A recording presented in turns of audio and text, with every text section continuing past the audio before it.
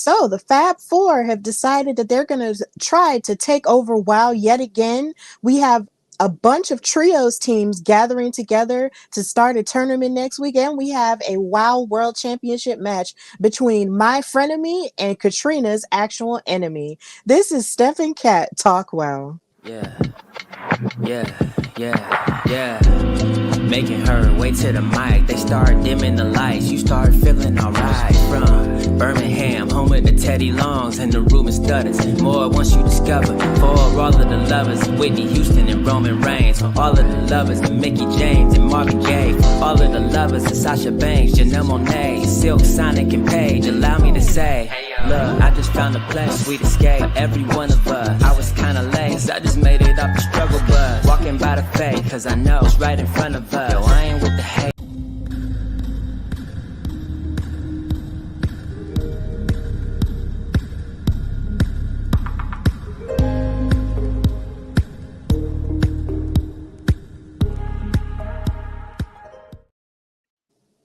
Hey y'all, welcome on this WoW Wednesday to Steph and Kat Talk WoW, brought to you by the Hardy Wrestling Podcast and In Cat We Trust. I am, of course, your big Bama energy girl, Stephanie Hardy, host and creator of this fabulous platform, HWP, as well as contributing writer for Daily DDT and color commentator, looking for bookings in 2024, looking for those new bookings because I have dreams that I want to come true. But of course, I am not alone. I am with the fabulous creator of In Cat We Trust. She is a host, she is a commentator, she is a ring announcer, she is a super mother, and she is the creator of the Women of Color in Wrestling panel. She is my tag team partner, Katrina Blake. How are you, Kat? Hey, happy Wednesday. I am fine, tired. It's been a day, but I am fine, happy to be here. I did catch the way you introed that to say the enemy thing. Possibly, possibly. But definitely happy to be here and happy to talk some WoW. Absolutely. And I understand, being tired because, of course, mentally I'm tired, but that's just because the state of Alabama just got rocked with some crazy news. If you know, college football is our thing down here. And when it comes to dominance, the Alabama Crimson Tide has had some dominance due to the coach, or I guess you could say the future former head coach, Nick Saban. So right now we are sort of going through an emotional shock, but, as long as wrestling is still going on, we're going to still be here talking about it all. So yeah, it's crazy, but we're going to get through it. This year is starting off with a bang and you just can't fight it anywhere. It's really crazy stuff going on, but we are here to talk about the hottest all women's wrestling show on television, WoW Women of Wrestling Superheroes, coming at you every weekend. And of course, this episode was really good and really solid for the most part. We had a title match. We had, of course, lots of tag team action, and we even had lots of crazy rap music. But of course, before we even get into the episode, there is, a level of WoW news that we have to discuss involving someone who was one of my favorite WoW superheroes in the first season of this iteration of WoW superheroes. And that was, of course, Rekka Tahaka, who was formerly known in WoW as Leia Makoa. She is of Samoan descent, and basically she was one of the tempos of WoW during the last season. She was really athletically sound, and she had an amazing story being of Samoan heritage, but yet moving to California with her family and having people sort of make fun of her because of her accent, and then her wanting to pursue wrestling, but it not being necessarily something that her family supported because they felt like, oh, well, you're a girl, you don't need to, rough yourself up or, try to hurt your face or all this other stuff. But she pursued wrestling anyway, and she is living a happy and fulfilled life because of it.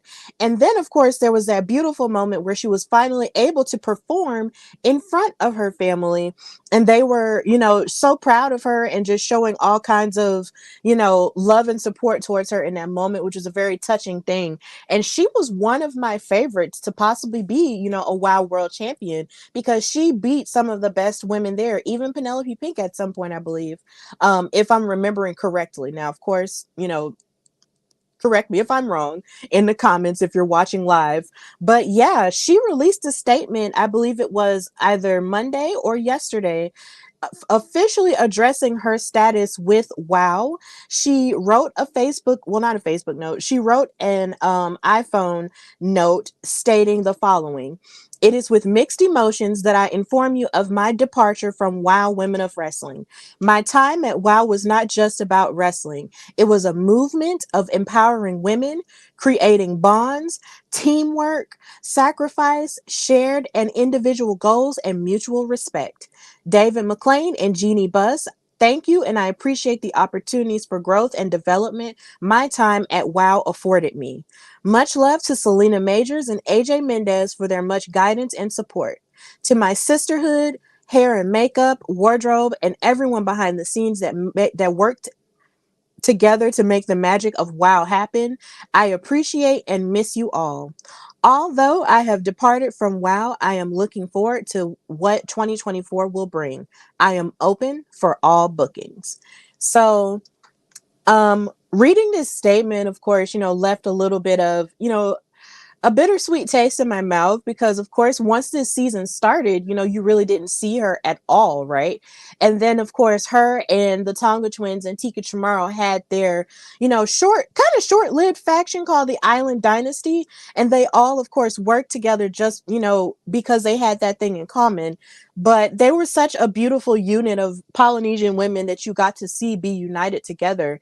And then after that point, once the second season started, you didn't see her anymore. So now that she's officially released a statement saying that she's no longer there, we have to now look forward to seeing her in other places as Rekka Tahaka. And she is so talented. Of course, if you did watch WOW last season, she's a very talented woman. So we look forward to seeing what she does next. But I am absolutely grateful that I was exposed to her via WOW last season and we were able to, cover her as much as we did. And I can't wait to see what she does next.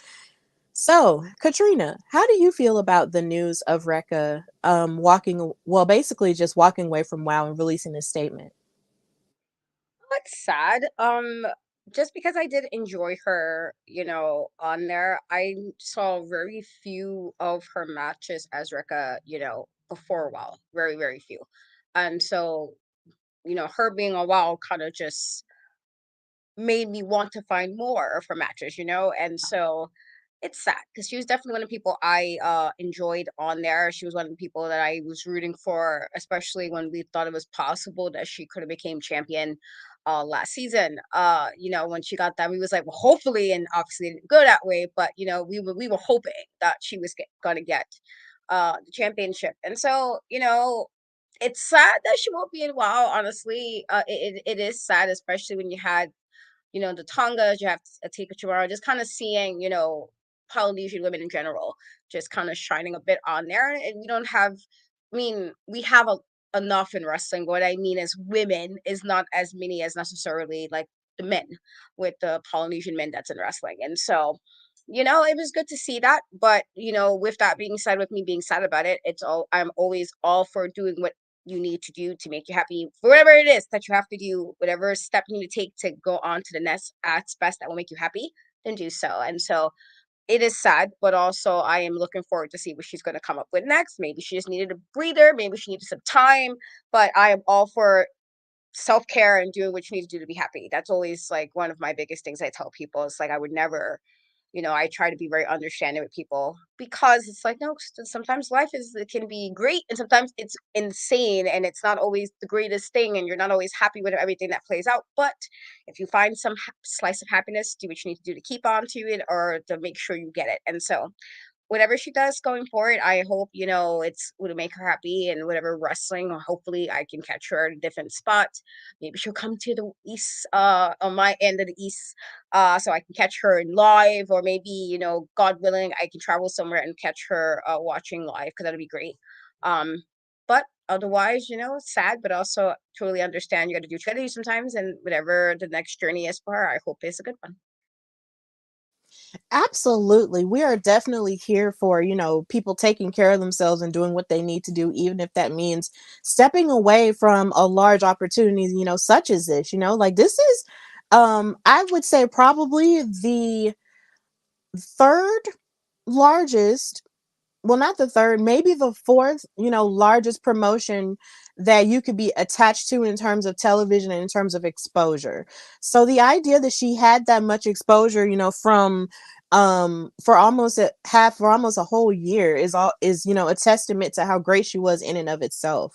So what she was able to do in the short time that she was there was, really cool and admirable, and it was really, good stuff. So hopefully in the future, since she said she is free for bookings, she will be everywhere. She might come in your neck of the woods. She might come in my neck of the woods. She might decide she wants to come down south and get some stuff cracking. But, either way, I'm happy that she is still, wrestling, and I'm happy that, she still gets to chart her journey, even though it's not with WOW anymore. And just because she's not with WOW anymore doesn't mean that the interest isn't there for us to, connect in some other way. Because for all we know, she could be a guest on here one day. And we can talk to her about her career, not just about the WOW parts. So, it'll be great. But of Yes. course, big ups, big ups to Rekka Tahaka, formerly known as Leia Makoa, and her career moving forward in wrestling. So that's really all that we had in WOW news today. So now we're going to move to the episode proper, but we're going to have a little bit of fun in the middle, but we're going to start with the episode as it started. Now, of course, David McLane and Nigel Zane were on commentary for this episode called The Wow Factor. And when I tell you, these women had the wow factor going on here in this episode. They really did. So the episode started with Vicky Lynn McCoy and the rest of the Fab Four coming out to cut a promo. And of course, Vicky Lynn was coming out in a neck brace because the last time we saw her, she got powerbombed through a table by the Beast in their revenge match, because Vicky was the one who attacked the Beast in that alleyway and re-injured her knee to where she had to relinquish the WOW World title, which left it free for Penelope Pink to win in that match, in that gauntlet match at LA Comic-Con. And, the Beast was gunning for her, and she wound up getting revenge by power bombing her through a table. And Medical had to come out and help her, and, she had 3 herniated discs. That's what she said later on in the night. But they all came out, and Lana Starr proceeded to cut a promo first, basically saying, how did you all get so lucky to be graced by the presence of the greatest faction in pro wrestling, the Fab Four? And I love that they have this level of confidence, like the same level of confidence any all male faction would have. They have it, and I do appreciate that, even though they might get on my nerves sometimes. Because you certainly don't deserve it, especially you, David McLane. You've been trying to sabotage us. The only good thing you have done is grant Penelope Pink a championship match tonight that she rightfully deserves because she was never pinned. And Abilene Maverick, if you remember, I menaced you once, and that's all I needed to know to see that you were never a proper champion. And this is a true champion, as she pointed to Penelope Pink. And Penelope got on the microphone and proceeded to show us more of why she has that wow factor and that she is a rising star, because Miss Ma'am is serious on the mic. Like, I'll give credit where credit is due. She sounded very convincing. She said, I want everybody to look at this back. This back has taken women's wrestling to heights it's never seen before. And leave it to you, David, to hire a girl to swoop in and take credit for everything that I've done. But the reality is, you're going to get smacked in the face when you realize that no matter what girl in the back has my title around their waist, nobody is me.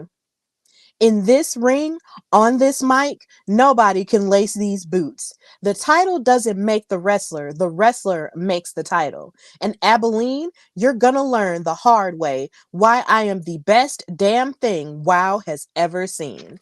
And this was amazing. And and I feel like this year is really a turning point for a lot of people in different things. But I never expected for Penelope Pink to win me over. with the promo. She had already won me over in ring because Miss Ma'am can wrestle down. Okay. She is one of the best women's wrestlers, that isn't signed to a major company like that. Like, she is fantastic. Okay. And I've given her credit multiple times, even though she and I have had our run-ins with each other in the past on social media. And I've talked about her underhanded tactics and winning matches and cheating and all the stuff her and the Fab Four have gotten into. But when she got on this microphone and got into it, I was just like, man, she's a star. Like, she is an absolute star. And I was just like, and she was just so convincing. Like, her convention in her voice was just there. And it was just easy to grab onto. So I just loved it. I loved her promo that she cut. And then I almost thought she was going to pull a CM Punk because she was just like, in this ring on this microphone, and I thought for sure she was about to say, even in commentary, nobody can touch me. That's what I thought she was about to say, but she did it. But it's okay though. It was great. So Katrina, how did you feel about this segment involving the Fab Four?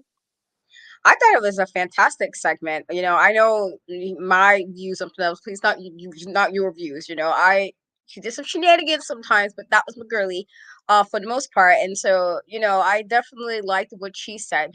And why I can, sometimes I'll be like, sometimes things sound a little bit cocky. This actually was, I was like, tell it, speak it, but this is also possibly because I don't particularly like, the current champion. And so I'm like, maybe I'm being a little bit extra petty, but I'm like, that's right, Penelope. But also that I think Penelope can definitely wrestle. And when you think of how the Fab Four is in particular with things were said. Like the twins will say their stuff here and there, but Penelope had a lot to say even before she was champion. And so kind of her letting people know, like, I hope y'all didn't forget. And I'm like, you tell it. That's right, Penelope. And I was here for it.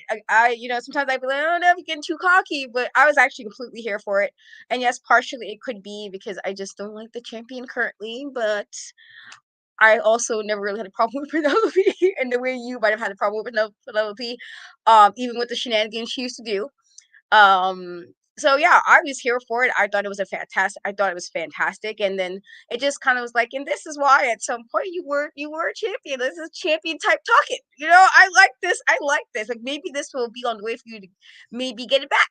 And just as long as somebody don't have it, that's her. But anybody else, I'll be okay with at the moment. But yeah, I thought it was a really good opening, honestly, just kind of to get that out there. And even while they have engaged in a lot of nonsense, because they definitely have, I just thought it was like, that's right, Penelope, you tell it. I was with it, definitely with it. Yeah, I was too. And I was just like, God dang, what in the world is going on? But I do believe you. You definitely have a point. It's because of the fact that the person who currently has the title, Abilene Maverick, isn't exactly the most substantial champion that we've seen, them have. And honestly, I think at this point, we're just like, look, anybody, no matter who it is, would be a better champion. And that's so terrible to say, but anybody would basically be a better champion than her at this point because Abilene she just so happens to ride on the coattails of whatever lucky break that she has. And we'll get more into it towards the main event, but literally, like, that's really all it is. It's just like she is just one of the luckiest people on the planet when it comes to, her defending that title and keeping it and all of the above. So at this point, anybody who wants the title and wants to go after it would be better off, holding it regardless. But Miss Pink really did, show improve in that promo, and she shows improves in that ring. And with as much crap as I did say about her when she wasn't defending the title that much because she claimed she was an attraction and all of that, I can say that when she did get in ring, it was still, a substantial match, though it would end in some cheating or shenanigans or whatnot. But hey, this is where we're at in 2024. So after this promo, we had another backstage promo from Fury, the heavy metal sister. And she was addressing some of her goals heading into the new year. She said, someone said that becoming an overnight sensation is every rock star's dream. Well, I'm not every rock star, and there's something special when you start out playing in front of 10 people at a dirty, tiny hole in the wall venue. And one day you're playing sold out arenas. I crave that struggle and I crave that experience. But what comes with that struggle is figuring out what works and figuring out what doesn't work. Wins, losses, tag teams, solo projects, and even a side project all comes with its own challenges. But I can tell you one thing that's for sure. WOW is my sold out arena, and the WOW World Championship is my platinum selling album. And this heavy metal sister isn't going to be a one hit wonder. And I like that very much. I was just like, okay, heavy metal sister, you're not just, a woman, you're not just, a heavy metal rock girl that's just, banging her head over and over again. Like, you are really, here to grasp this struggle and what it means to rise to the top. And I like the analogy that she used in terms of hole in the wall places and sold out arenas. I was just like, okay, y'all. I like this a lot. So Fury seems to be very focused, and I just really like this promo from her. So this led into the match, which was Fury versus Tormenta, who came out there, of course, with Sophia Lopez, the world's greatest attorney. And everybody was booing Tormenta because they were angry at how she cost the Beast the WoW World title against Abilene Maverick, one of those lucky breaks here or there. And it's just, everybody was just sick of Tormenta because she's such a talented wrestler and she's just so good, but yet somehow or another, um she just always falls short and hiccups when it comes to um getting the titles and winning those big game matches. So she really had a point to prove against Fury. But Fury started the match, she came in hot with a whole lot of punches, and she even pushed Tormenta down at one point, and literally, like, she was submitting Tormenta at one point, and she tried to basically like break her foot. But as the match went on, Tormenta did lock her up with sort of like a crossface leg lock combo. And basically it was just really a back and forth type of match. But it wasn't exactly like a back and forth in terms of ability, because of course we know Tormenta is oh my gosh, what's the word I'm looking for? Tormenta is very adept when it comes to her lucha background, and then Fury is more of a hard hitter, and she's very like a brawler. So it was a little bit of a difference between the two, but either way Fury kept it going. And then of course Tormenta was choking her out, and then there you see Sophia Lopez choking her out against the ropes as that was going on. So Tormenta did have a little bit of help, because it always pays to have a manager in WoW. But Fury did fight back a couple of times, but in the end Tormenta wound up winning the match by hitting a Styles Clash, which was amazing because that's like the second time I've seen a woman within the past few days use a Styles Clash in a match. Shout out to Mia Yim on SmackDown, who used one on Io Sky in their championship match last Friday. But Tormenta won the match, but she didn't get to celebrate that long because the Beast came out for revenge and started beating up on her with clubbing blows. And then Tormenta turned her around and started beating up on her head. And then David got the microphone and started screaming for referees and security to break them apart and not to let them fight. And the referees were doing what they could, but of course these are strong women, so they just gonna push them in at the way.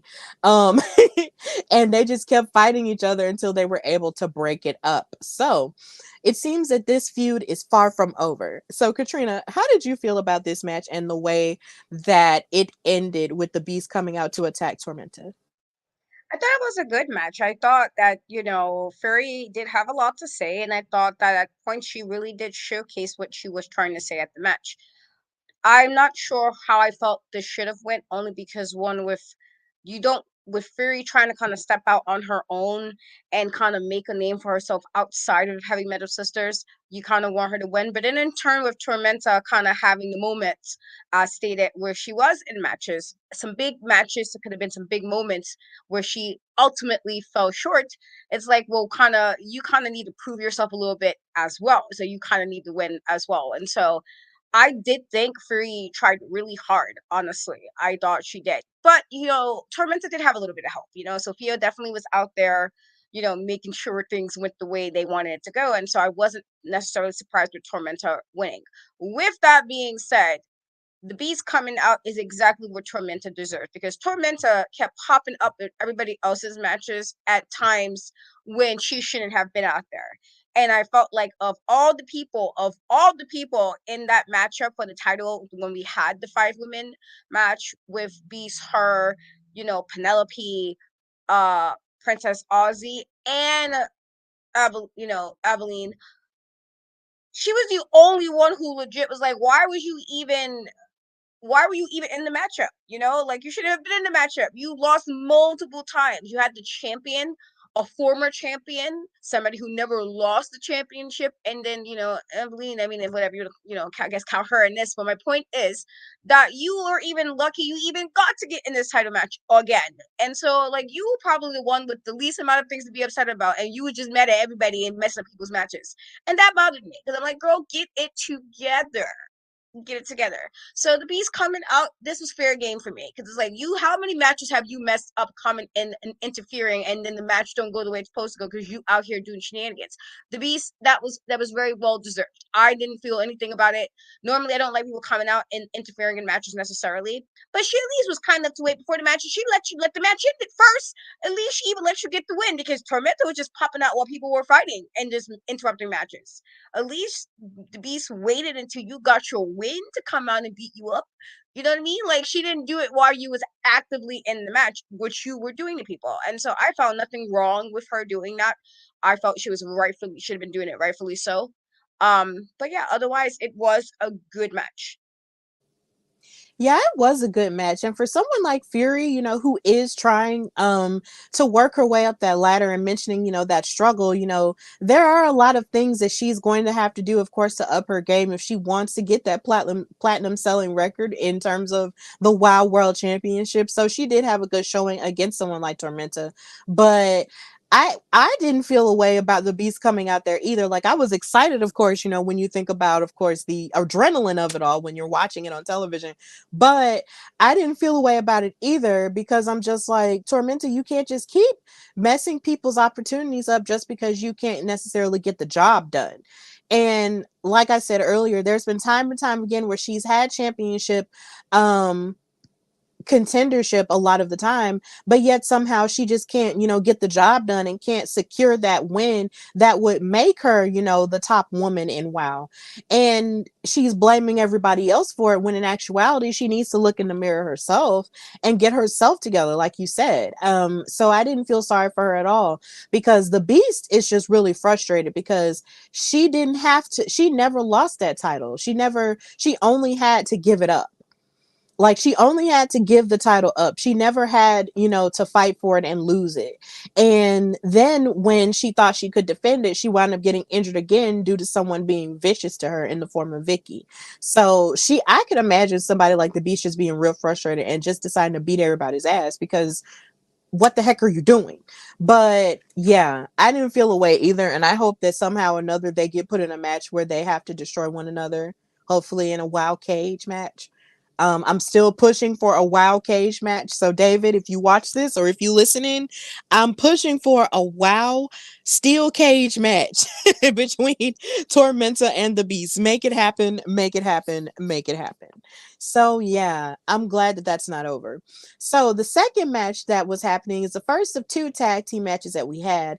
And it was, of course, Miami Sweet Heat, who came out earlier in the beginning of the show, versus the Mighty Mites Sugar and Spice, who, of course, made their debut a few either last week or a few weeks ago. But I thought this was a pretty astounding match in terms of the abilities of Sugar and Spice, because these 2 women have so much wrestling ability within them, and they really did give the Carlson sisters a run for their money in the first half of the match. Like, Sugar and Lindsay started the match first, and Lindsay, of course, pushed Sugar off of her, but then Sugar twisted Lindsay up with sort of like an arm submission in her wrist, and then Spice tugged on and then hit a drop kick to Sugar as she tripped up Lindsay. And it was just like, the way that the Mighty Mites were utilizing their bodies, of course, to get the upper hand on the Carlson sisters in the beginning was just really innovative, and I thought that was really cool. It almost puts you in the mind of Team KC Squared from WWE, the women's tag team champions over there, and how they use their bodies a lot when it comes to their offense, and it was just really cool. And then, of course, Sugar actually splashed Lori in the corner of the ring, and then Spice kicked Lindsay into the ring corner, and they really just had the upper hand throughout the entire match. And there was even one point where after they both splashed both members the of Miami Sweet Heat, they were stomping all over their chest like they had the Holy Ghost. And I was just like, wow, this is amazing. Like, I really wanted the Mighty Mites to upset the Carlson sisters here, because imagine being a brand new WOW tag team and you beat a former WOW tag team champions. Like, that would have been amazing. But as it turns out, the match trajectory changed when the Carlson sisters, separated Spice away from Sugar and just isolated her and started choking her out on the ropes and then tripping her up and hitting her with clubbing blows or whatnot. And then eventually Spice was finally able to tag in Sugar, and she was able to fight back against the Carlson sisters. But both of the sisters got back in, the twins got back in and gave a double suplex to Spice, and then knocked Sugar off of the apron and hit Spice with a fab jab in order to win the match. So the Carlson twins won, and then they also cut a promo against David McLane saying that, he was just trying to keep them from getting back what was rightfully theirs in terms of the WOW tag team titles, and that they will beat whoever with a 1, 2, 3 count, to get back into number one contendership for those tag team titles. And they called everybody in the audience LA losers. So there was that. And after that, they left. So Miami Sweet Heat got the win here. So Katrina, how did you feel about the performance of the Mighty Mites here? And do you think that Miami Sweet Heat, is on a good trajectory to get those titles back? I do think Miami Sweet Heat, if they keep it up, it's possible for them to kind of get themselves back to the top to win it. But, and this is not even shade to them, I don't want that to be anytime soon. And I say this only because we've seen them in the Tonga so much in the last 2 seasons. It's like, do we need to see this one more time? You don't want to push the feud to the point where you're like, oh, okay, like you don't want that to happen. And I feel like, if they get there, it needs to be not that make it difficult, but I'm okay if another team gets there first. Like I'm okay with that because we did see a lot of them and the Tongas. With that being said, I do think Sugar and Spice, I think they did a fantastic job. It was actually quite a few times it looked like it might have gone the other way because they were kind of really giving it to them. Could have been a little bit. I don't know if I say upset because they have been getting booed. So I don't know if it would have been upset if Miami Sweet Heat would have lost necessarily.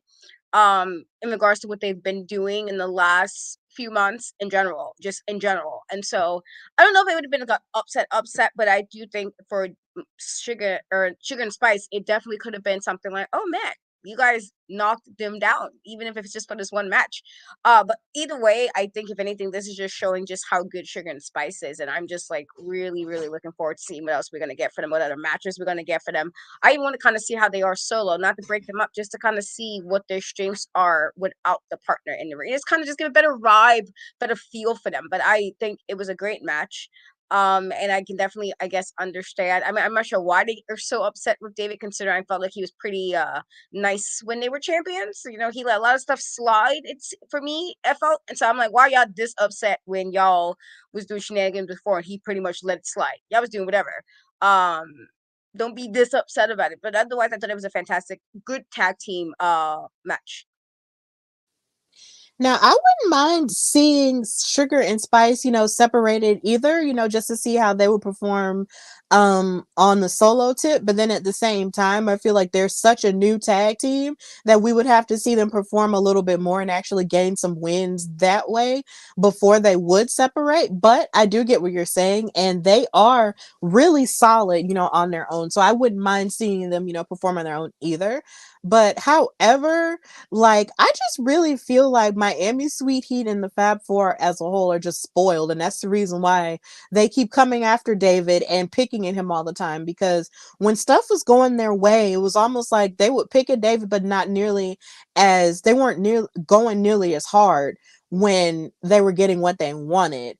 Whereas now, since none of them are champions anymore, they feel like, oh well, it's his fault, so it's just easy to pick on them before they truly go and pick on the people who actually beat them. I mean, because my thing is, David just books the matches. He's not responsible for how the matches turn out per se.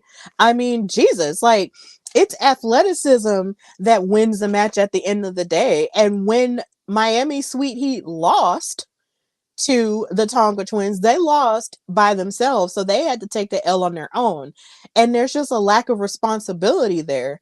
And honestly, if they want to work their way back up, then of course, that should take some time for them to do that, because frankly, they have been really spoiled to me.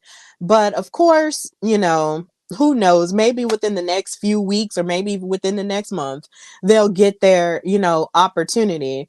Considering they're really, I mean, because really outside of them, they're the only ones who consistently talk about them wanting the tag team titles back, because the Brat Pack, they are a solid tag team, but they never really talk about the tag team titles all that much. And last week they were talking about, entering the trios tournament. And then of course you have Team Spirit, who's in the trios tournament as well. There really aren't that many teams talking about, going after the tag titles all that much. Not even the Mother Truckers.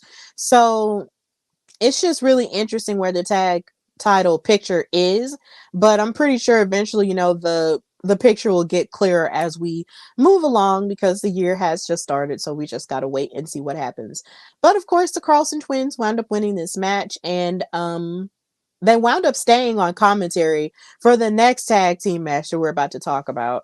But before we go off into there is something fun that I wanted to mention, Katrina. I was having a conversation with someone special in my life, my boyfriend, and we were talking about how some of the similarities, we were talking about the similarities between WoW and this iteration of NXT. And he was telling me how sometimes he feels that WoW is sort of like, he was feeling like NXT is just sort of like a bigger budget version of WoW, because of all the storylines that they might have going on, and because of all the characters that they have been building since 2.0. And I was just like, oh my gosh, that's really interesting that you say that, because last night when NXT was on and I saw Tony D'Angelo and Stacks out there with Adriana Rizzo, I thought about Adriana Gambino.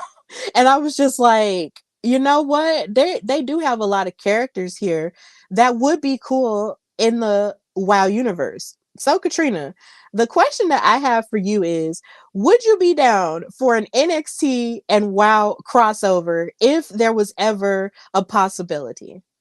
Oh, that would be great.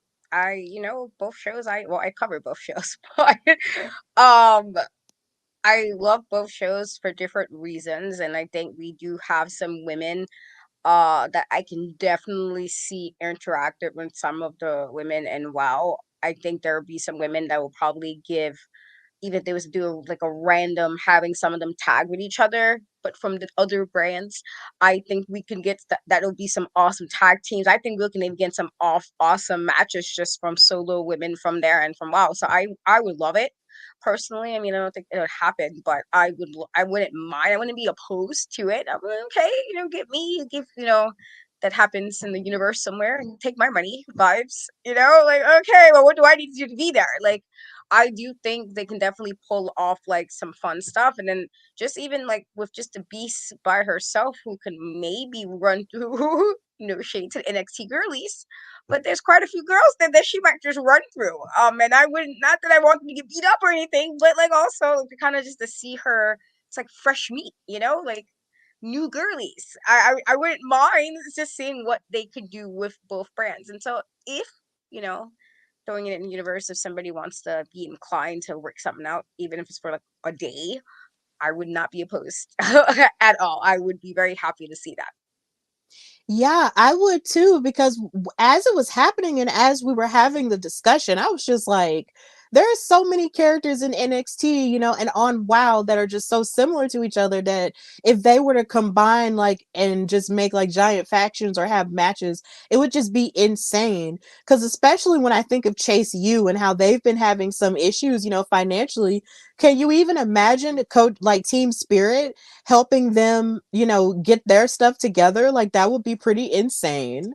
And then you'd have Adriana Gambino sort of being sort of like this, I guess, number two to Adriana Rizzo, in their little group and everything. Like that would just be really sick. Or, you can book the Beast versus Lash Legend. Like that would be insane because you would have two incredibly statuesque black women going up against each other and fighting each other. I just felt like when my boyfriend mentioned that to me, it was sort of like a meeting of the minds where I was having these ideas but not really knowing like exactly how to make it happen, and then he combined it, with my idea, and I was just like, oh my god, this is amazing. Like it would be an amazing crossover event if NXT had a crossover with WoW.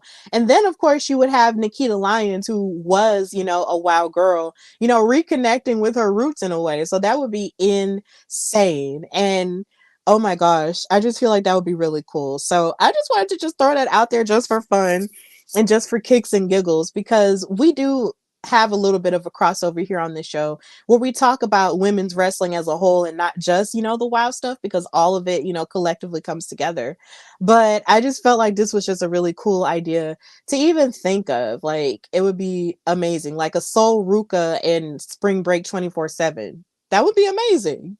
That would be really amazing. And So Ruka is somebody I really miss. Like I can't wait till she comes back to NXT. But her with Crystal Waters and Sandy Shore would be amazing. So, or even Tiffany Stratton with the Fab Four. Like, could you imagine a match versus her and Penelope Pink against each other? That would be sick. That would be absolutely sick. I agree there. Mm-hmm. And then Princess Aussie could have a tag team with Indy Hartwell if she wanted. That is, if Indy wanted to come back down to NXT, which I'm sure she wouldn't mind, but you just never know. But either way, we're putting it out in the universe. WoW and NXT crossover. Make it happen, powers that be. Um, at any rate, speaking of crazy characters, before we move on to the next tag team match, we did have a fun little segment involving the mother truckers doing their laundry in the back.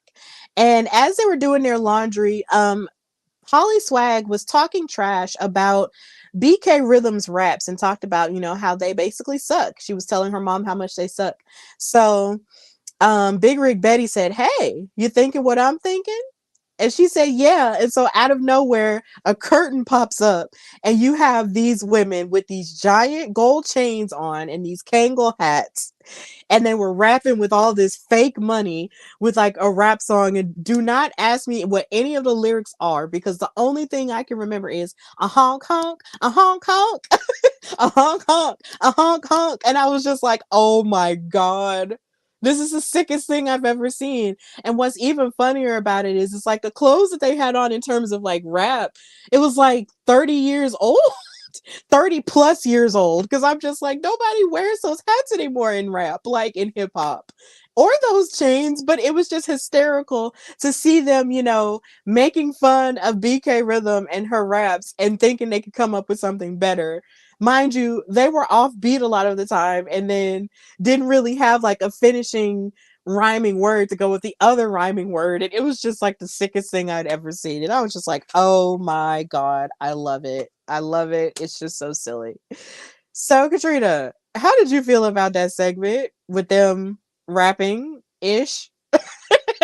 I know you hated it. I'm not a fan of BK Rhythm. I'm not. I'm not a fan of the raps.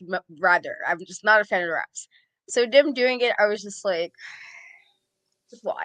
Like, did we really need that? Like, I feel like you could have told, like, when she was like, oh, the raps, I was like, all right, I'm with you there. I am with you there. And then they decided to do that. And I was like, oh. And I have to think about, like, now both of you guys can't. This sucked. I want to feel that way. I don't want to feel those vibes. And that's what I was feeling. And I was kind of sad about that because I was like, oh, well, now I can't even, like, why would you do this? Why would you put yourself in that light? And now I'm going to say, like, oh, that one time they did that. that rapping, I guess, if that's what you want to call it. Otherwise, did I understand why? I guess it was done because they have the beef with them. Yeah, I understood it, but I'm just like, we didn't need it though. But I understood it, but it wasn't. It was just not for me. It was not needed. So it was cool. I guess I just was like, oh, ouch, like my ears kind of vibes. That was it. Just personally, I'm just not a fan of the rapping. And that I don't like rap. Let me make that clear. I actually do. I just don't like when they are rapping. I can't. Drives up a wall. But that's otherwise, I get it. I guess do you? But I was just like, oh god, like why? When I saw it, just like, geez, why? Yeah, my mouth was open the entire time, and I was like, I can't believe they're doing this. Like, I couldn't believe it, but I know that they were doing that to be silly. And honestly, I was just like, wow. And I just couldn't stop laughing, like, for about a good 10 minutes at it. And then when I quit laughing and I saw them come out again for the match, all I did was a honk honk, a honk honk, a honk honk, a honk honk. It's low key catchy, if you're just into stuff like that. But this, of course, led to the third match, which was the Brat Pack, BK Rhythm, and Gigi Gianni versus the Mother Truckers, Big Rig Betty and Holly Swag. And this match was pretty good, and it was relatively short in comparison to a lot of the other matches. But of course, BK Rhythm saw their little rap and everything, and she could not stand it. She hated it. She hated every inch of it. She said, no, no, that was not hip hop. That was karaoke at the truck stop. That wasn't a bop. That was a flop. If you posers want to run DMV, well, guess what? Brat Pack's going on top. And of course, she had to do a diss rap back at them. And of course, I know Katrina didn't like that either. So this episode was just full of moments where it was full of rap that Katrina didn't like, and I as I was watching it, I was like, I know she's gonna hate this whole thing, but I'm just laughing at it for now, and it's just funny. These women have the wow factor for real because oh my god, it was just funny. So the match got started when BK and Gigi grabbed a hold of Holly and Big Rig Betty by the gold chains and choked them out and then slammed them down. And they just proceeded to, jump them and stomp all over them towards the start of the match. And BK tried to go for an arm drag, but then Holly blocked and reversed it, for a 2 count cover. And then BK kicked Holly, and then Holly kicked BK. It was sort of like a back and forth between the two. And I was just like, okay, like I would be very interested in seeing those two fight each other one-on-one because they seem to have each other's number a whole lot throughout the match, and I was like, that's cool. And then at one point Holly actually gave double knees to her back because Holly is just a giant wrecking ball that just loves to throw herself around, and I love it. And then Miami Sweet Heat was also on commentary, and they were talking mad trash about the Mother Truckers, calling them trailer trash and all sorts of other things, and I was just like, y'all are just rude as F. But after that point, BK then kicked Holly in the back and gave a suplex to her. And then BK threw Holly into Gigi's boot, and they played the isolation game with Holly for a little while. But then once Holly tagged in Big Rig Betty, Betty just, went on a tear and proceeded to, hit a kick to BK and then they both hit 2 clotheslines to both of the women, and they wound up winning the match. So the Mother Truckers won. And then after that, on commentary, well, actually when they weren't on commentary anymore, Lindsay basically, told them to go back to the trailer court where you belong, and they were pretending like they couldn't hear. So yeah, I don't know if this means that the Mother Truckers will have to fight, Miami Sweet Heat again, but honestly, David did mention how they basically handcuffed Betty and basically jumped on Holly like weeks ago / last month. So if they did fight again, I wouldn't blame them for it, but then again, I actually wouldn't mind if the Mother Truckers fought Miami Sweet Heat for #1 contendership just to, knock them down a peg or two. But, who knows? So, Katrina, how did you feel about this match and the extra raps? Didn't need the extra reps. Hey, Eric. Definitely didn't need the extra reps. I was like, all right, see, I got enough of it already, and now but I knew that BK was going to have to say something because that's what she does. Wasn't necessary. However, I did think the match was, pretty good. We got some good action in there. And I think this is when I say I think maybe somebody need to focus less on reps and more on what you need to do to win a match. That's all I'm saying. All I'm saying, just a little bit of advice. Maybe focus on some matches a little bit more. Stop writing reps or whatever it is that you feel to do in your free time. You need to get it together. But I thought it was a good match. I thought, as you said, there was definitely some chemistry, and I wouldn't mind seeing that either. As far as it kind of solo, just to kind of see what they would do. But otherwise, I think I thought it was solid. Good tag team action, and I don't know if this means the feud is over, but I don't feel like it is. I don't know if it's definitely over just yet, but otherwise, it was good for what we got. Sans the rapping, because I didn't really care for that, but everything else is fine. Yeah, it was really good. And honestly, I just want more for the Mother Truckers this season. Like, I want to see them, actually go for the WOW tag team titles as opposed to just it being Miami Sweet Heat all the time. Hence why, I'm giving my suggestion that maybe the Mother Truckers will fight Miami Sweet Heat for that number one contention. Because as far as I know, we have yet to see Big Rig Betty and Holly Swag go up against the Tonga twins. Like I feel like that's a match we have not seen just yet. So if we get that, then that would be, something fresh to look at, and it would just be something really cool. So I am really looking forward to the rise of the Mother Truckers this year.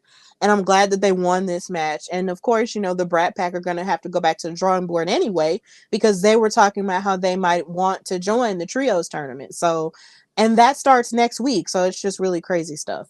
So after that match, we go backstage and, well, actually, no, before we go backstage, they made the announcement that this coming Saturday, there will be a WOW debut, another new WOW girl in the form of Lil J Boogie. And it looks like she is a break dancer, or a more colorful, sort of break dancer, in the sense of, I guess if you could compare it to Robbie Rocket, she seems more of a colorful one because she was carrying a big colorful boom box that's, popular these days. So I can't wait to see that debut because she looks like a really cool girl. I did find her on Instagram.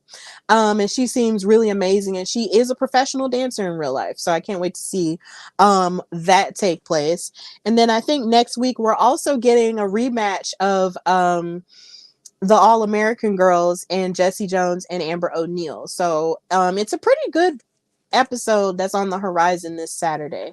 So backstage, we see Team Spirit talking about, their intentions to join the trios tournament with the addition of Pep Riley to their team. But then G.I. Jane and the Classmaster overheard them, and they insulted them as just little cheerleaders, and how they were not going to be able to win the trios tournament.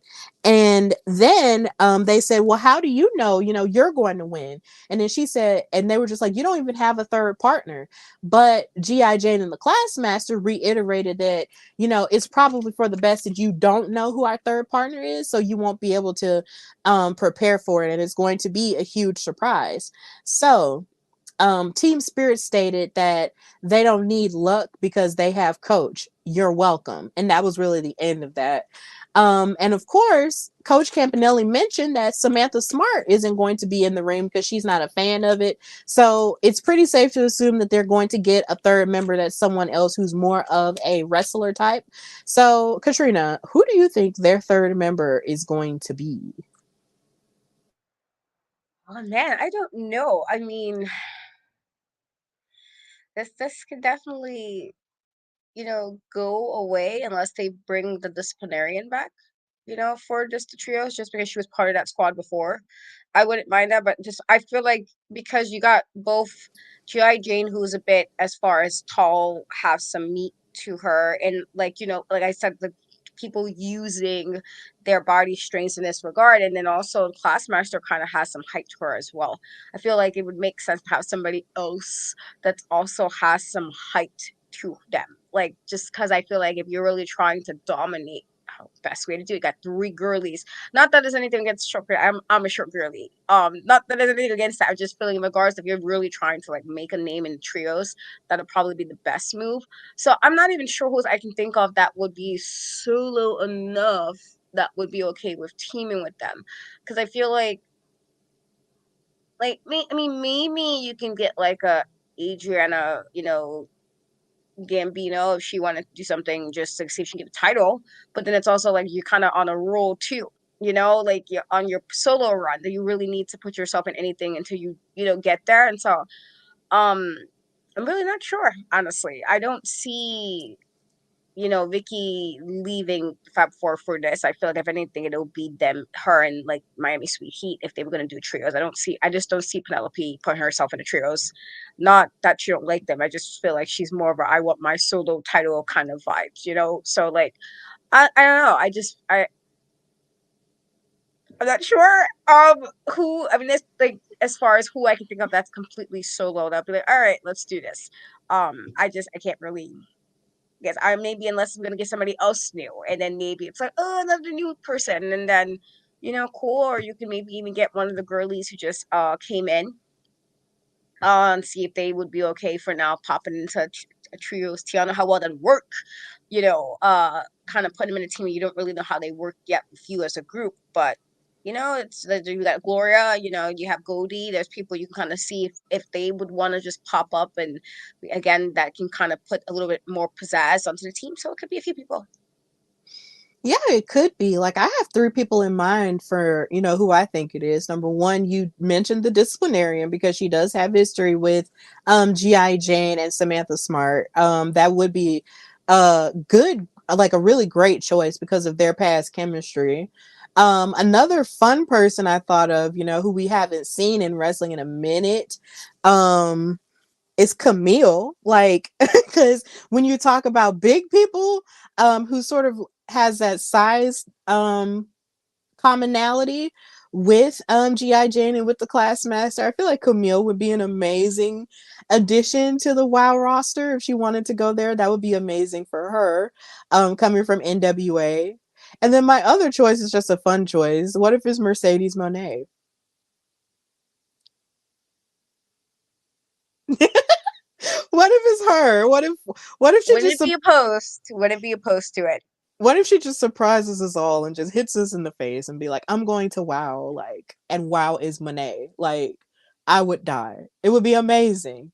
So those are my top three choices, but those other choices that you mentioned, like Goldie Collins and those other women, like those are really good choices. Adriana Gambino. Yeah, those are great choices as well. So we'll just have to see because of course the trios tournament starts this weekend and I can't wait to see that. That's going to be really, really cool. I'm excited about it. And then, of course, after that point, Vicky Lynn McCoy did join David and Nigel on commentary during the main event match. And before we got to the match, Abilene Maverick, the WoW World Champion, actually ran into Princess Aussie, who, of course, is the heartbroken and gilded former WoW World Champion, who should have been first in line for a championship rematch if we're really being serious. But let's just hush with that part. Abilene Maverick is so delusional that she actually told Princess Aussie that she felt like she could beat her and Penelope Pink and any other girl that tries to step to her for the WoW World title. And Princess Aussie was like, okay, good luck with that. And she watched her walk up the steps, headed towards the main event. So this was interesting for me. And this broke my heart because I'm just like, Princess Aussie deserves to still be champion at this point of life. And she isn't. And it just doesn't make any sense. It just doesn't make any sense. I hate it. Like, it just makes me sad.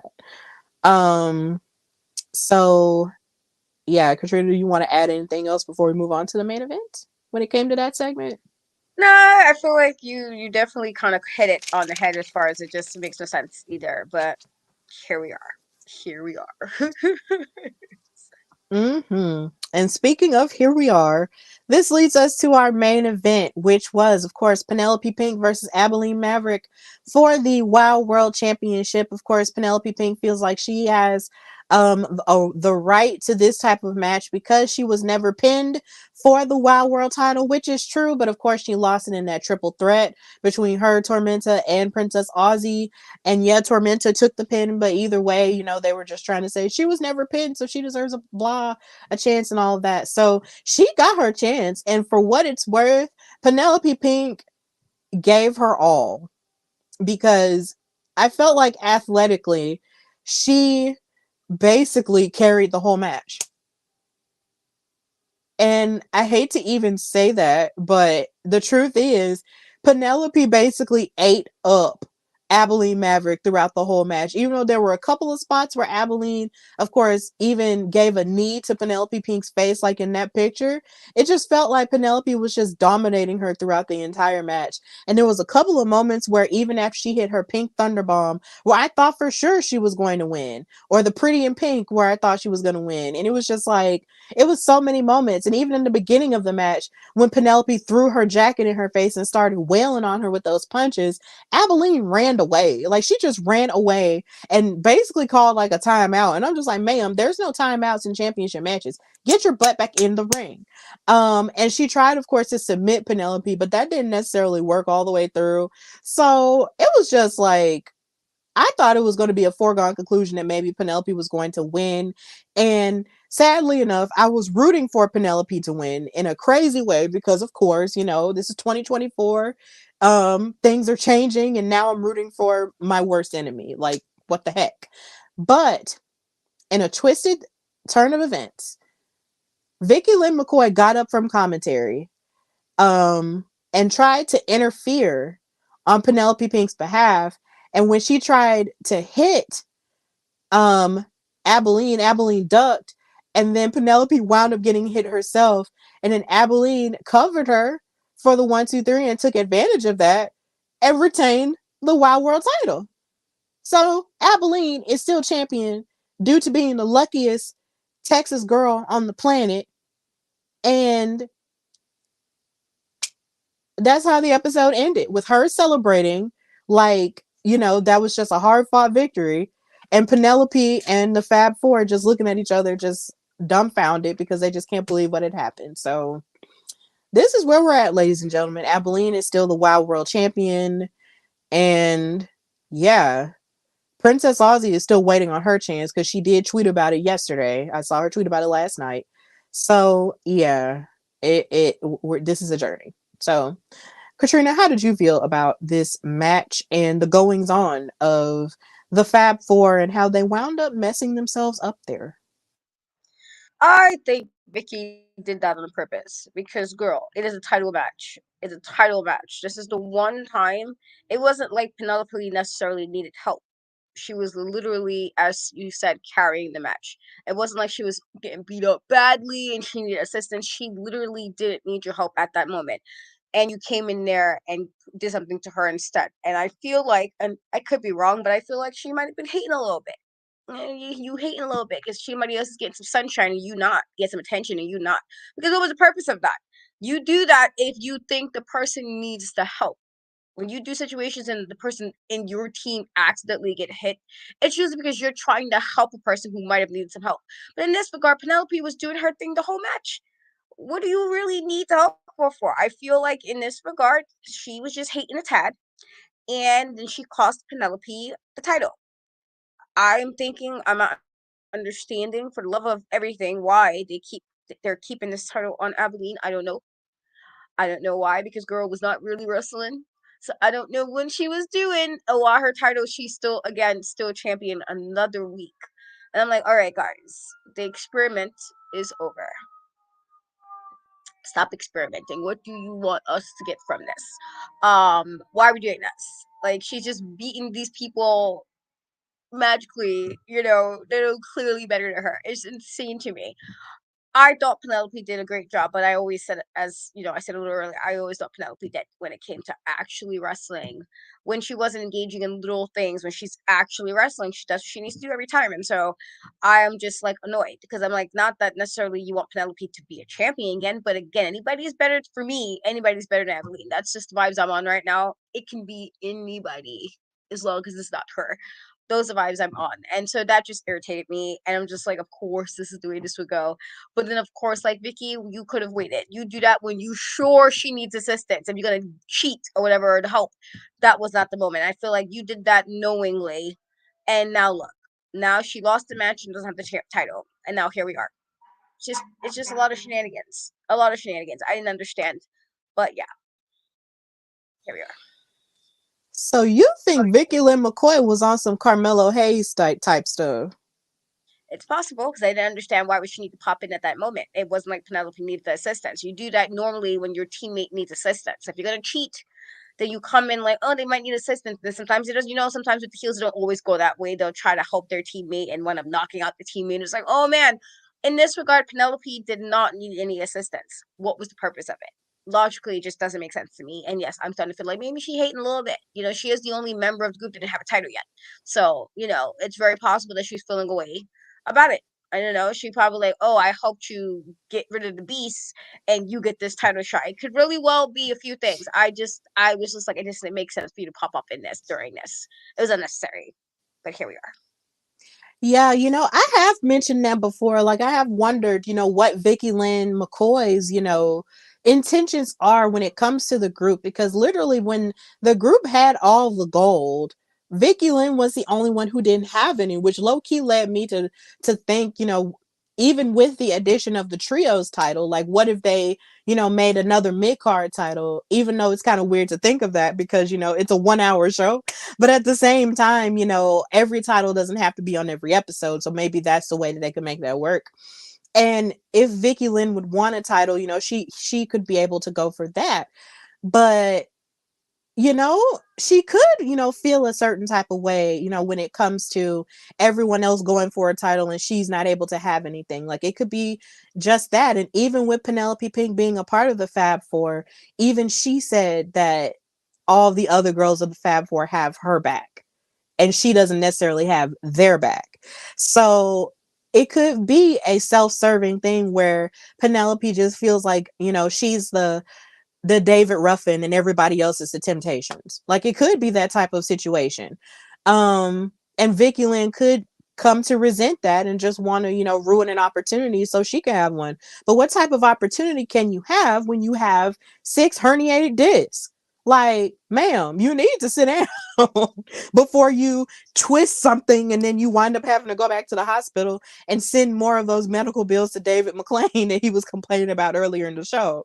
So, I mean, I don't know, but I feel like that's a really good point that you brought up. Like, I do wonder what Vicky Lynn McCoy's motivations are as she continues to matriculate towards WOW.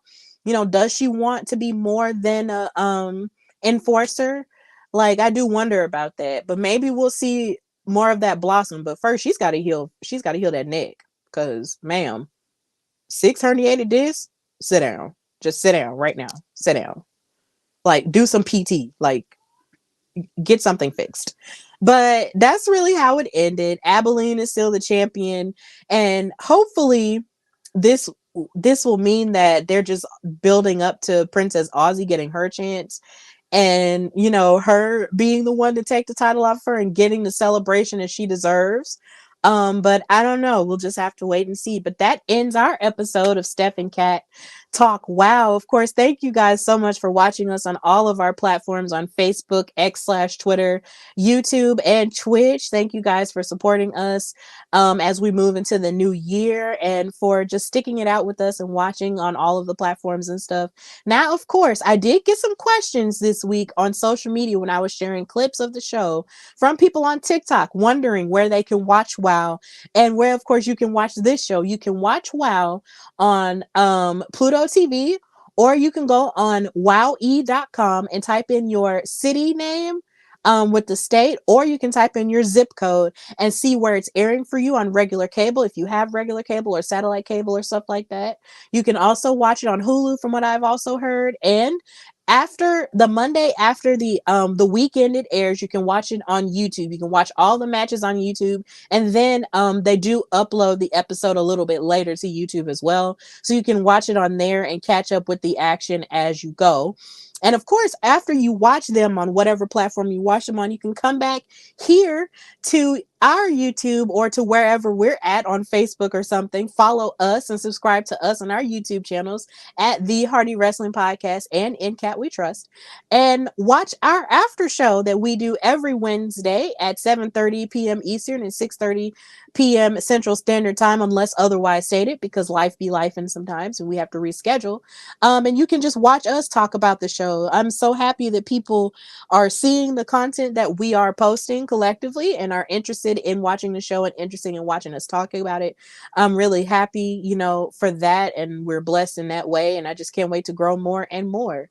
So of course, Katrina, thank you for hosting this show with me, and just tell everybody where they can find and follow you and what you've got going on.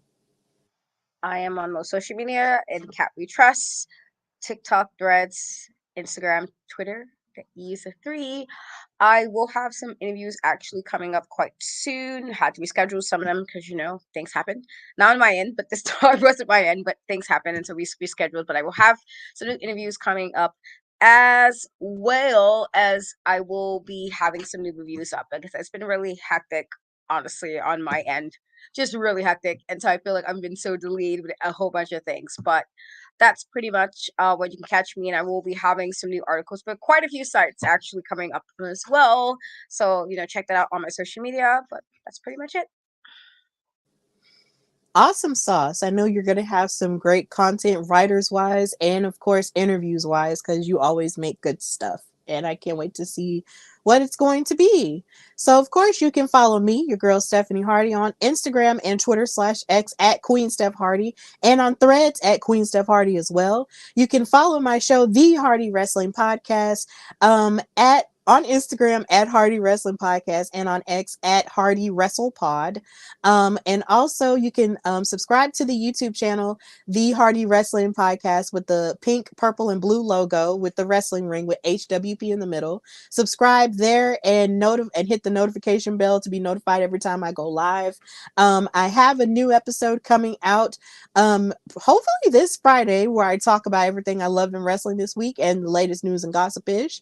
And of course, you can watch my HWP Extra episode where I talked about Mercedes Moné and her final matches in New Japan Pro Wrestling against Stephanie Vaquer, who is going to have a match at Battle in the Valley this weekend. I'm so excited for that. And she followed me on Instagram, so that was amazing. She has a match against Viva Van, who is a friend of ours. And of course, Trish Adora is going to be having a match as well against Julia at Battle in the Valley too. Just great women's wrestling going on. And yeah, you can just check out that HWP Extra on my YouTube channel. And also you can listen to the audio. My podcast episodes are also available on audio. So if you listen to podcasts via Spotify, iHeartRadio, Amazon Music, and everywhere else audio podcasts are, you can listen to it there. So yeah, continue to support the vibe, and also book your girl, because I am open for 2024 for commentary and maybe ring announcing if you want me to. I'm not entirely sure, but if you need me for anything for wrestling shows, I am available for panels. I am available for writing. I am available. Just DM me or just email me, and we can talk rates and all of those things, because I am still trying to take over the world as much as I possibly can. So, with that in mind, thank you for joining us for Steph and Cat Talk WOW Superheroes, brought to you by the Hardy Wrestling Podcast and In Cat We Trust. And until next time, bye, y'all.